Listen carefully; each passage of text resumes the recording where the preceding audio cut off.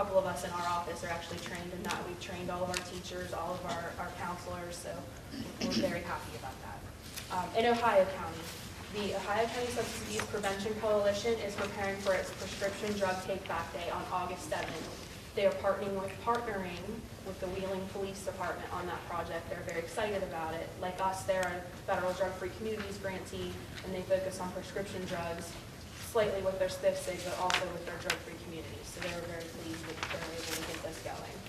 Also, to highlight one of their achievements as well, they've been able to work with their school systems to get prevention education into the schools. They've worked with them so that it will continue once they no longer have SPIF-SIG funds. So big things going on there.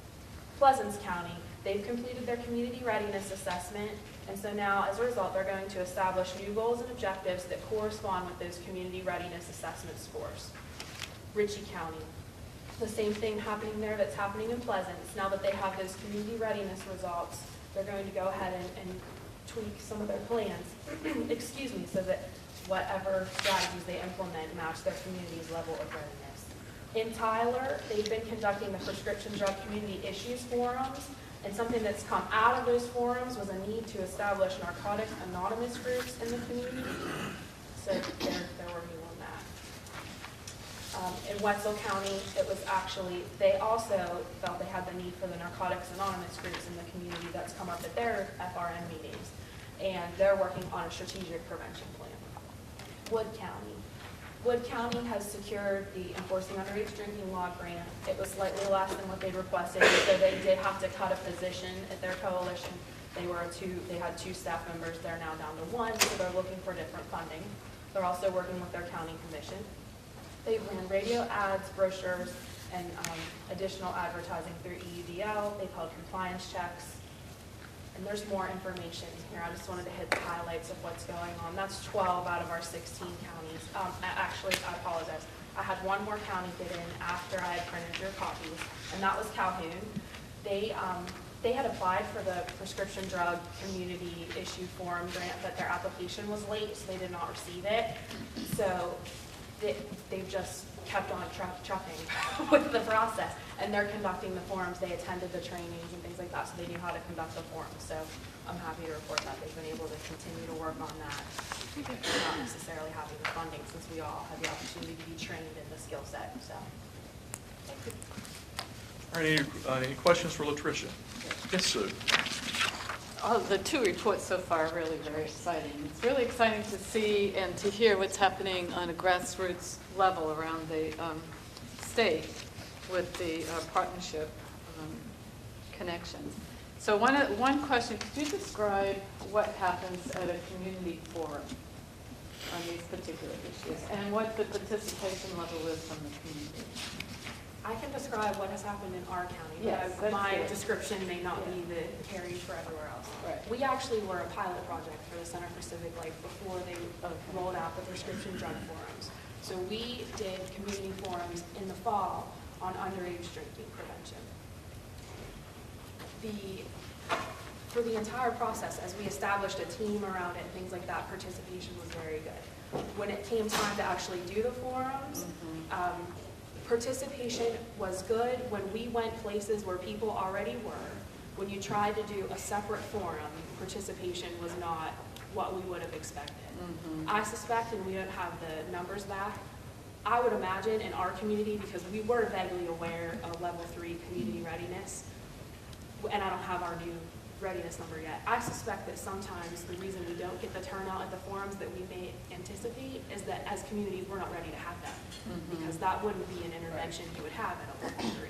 But nevertheless, from the forums, we had developed a workbook and I think all that, but we've been able to pull people into the coalition, so that's always something that I see as a positive. We're also usually able to tweak our interventions. That's how we end up with shoulder taps rather than a compliance check, because there's always that kind of collaborative work when we get people in the group. But I hope that answers the question. Yeah, it's really very, I mean, working with the Center for Civic Life is a really nice connection. They do really good work. I don't mean to interrupt you, but I think I was talking to Ann this morning.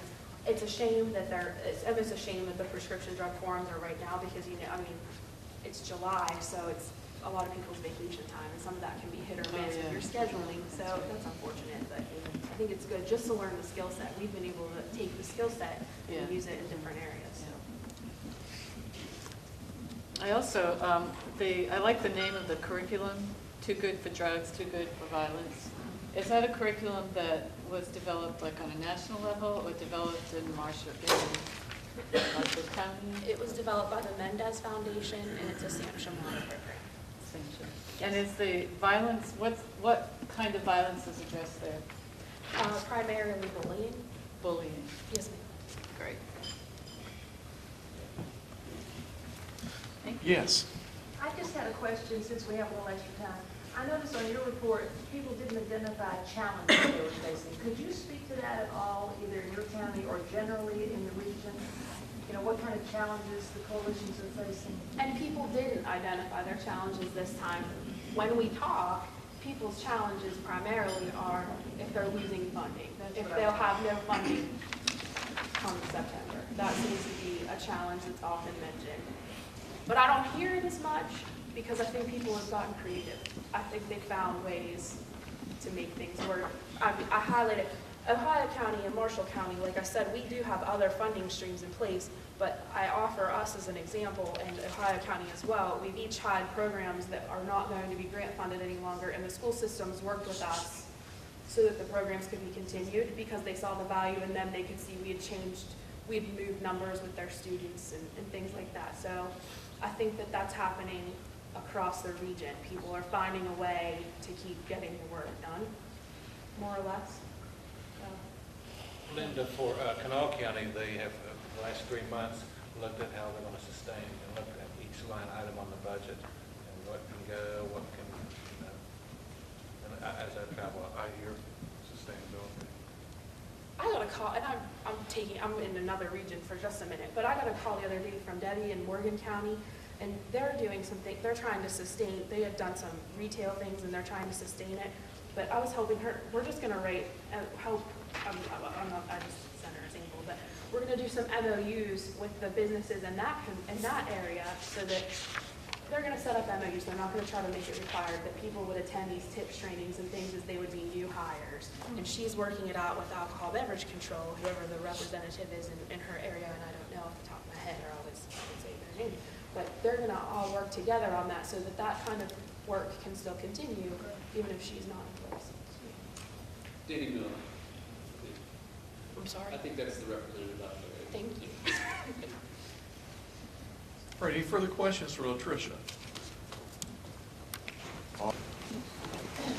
My name is Sue Julian, and I'm one of 2 team coordinators with the West Virginia Coalition Against Domestic Violence. And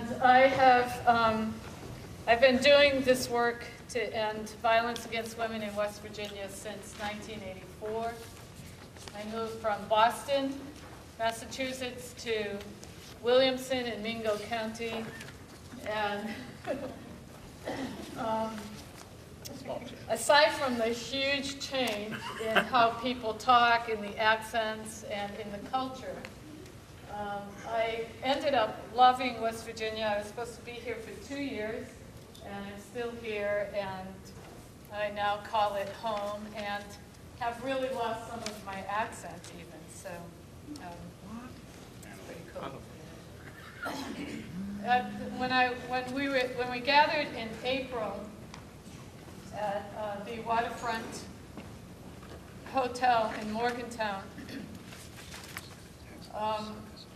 I was talking with some of you and offered to do just a small segment on domestic violence and substance abuse because that's a topic that we're talking about. And we all know that there's such a correlation between the two. And this presentation today could be itself a 3-day training on the correlation between domestic violence and substance